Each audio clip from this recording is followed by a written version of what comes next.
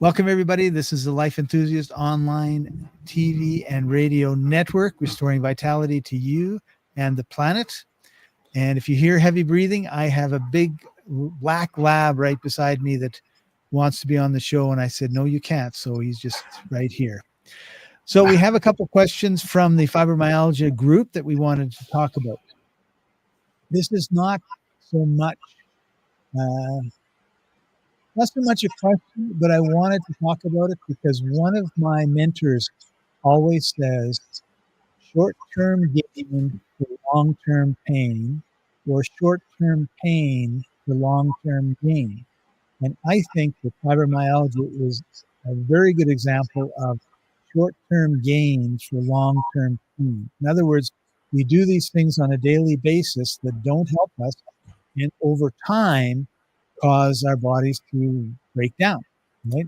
So this lady says, thinking about treating myself to a 75-inch large TV for my lounge. What do you people think? I want to go all out as I'm homebound anyway and want to enjoy my home even more. I know it's 3 payments of 240 pounds, so $260 probably. But wowzer, imagine Christmas films on that. Life is hard enough as it is living with this pain. So I'm thinking there's $700-800 that she's going to spend on entertainment, and she's going to sit there. She's going to be stagnant. I don't know how restful or relaxing watching a TV is actually going to be. She's also going to get all the light and the wrong type of lights on her, which is causing her cells to react improperly. And she's not spending it on things that might actually improve her health. That's my take on it. Martin, anything you'd like to say? Well, she started out by saying, I'm housebound anyway. So I don't really know her circumstance. What is it? What makes her housebound? Is she wheelchair or I don't know, right? I don't want to judge anything or anyone.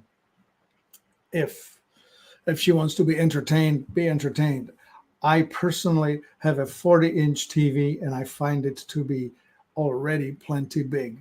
So something that's 75-inch is just frighteningly huge. It would be putting out a lot of electromagnetic radiation that I would not enjoy getting at me. And Scott, you correctly pointed out the blue light. That doesn't help anything. That's a anti-healing experience, if anything. She may already have a TV. If I had $800, I personally would invested it in trying a few things. We have been describing the plan, right? Our plan is, and you mentioned short-term gain over the long-term pain. This is the exact method by which the pharmaceutical industry treats their clients, their customers. They call them patients, but it's really a business relationship. And the relationship is this. We give you just enough to make you feel a little better, but not so much as to heal you. We're not interested in removing you from our customer list. We want you to be on it for the rest of your life.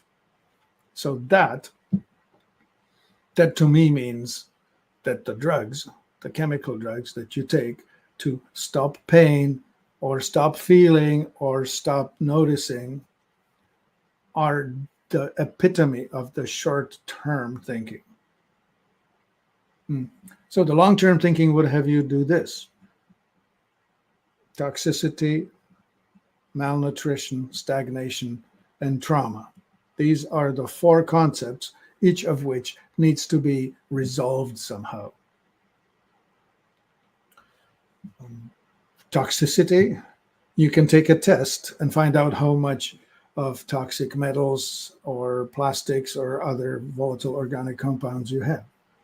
You could take organic acid test, which would help you determine what nutritional deficiencies are causing you the troubles.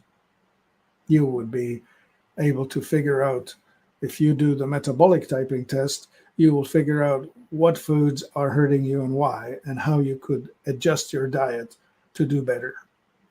The stagnation, I don't know, in this case, it may be problematic. If somebody's housebound, how much movement can she do? I have a rebounder in the room here, and I get on it a couple times a day to get my lymph moving. And of course, if I can find the time, I go for a walk. So is that a good idea to spend your money on hedonistic pleasures? Perhaps, but it's also a sign of giving up. And that's strategy that I do not recommend.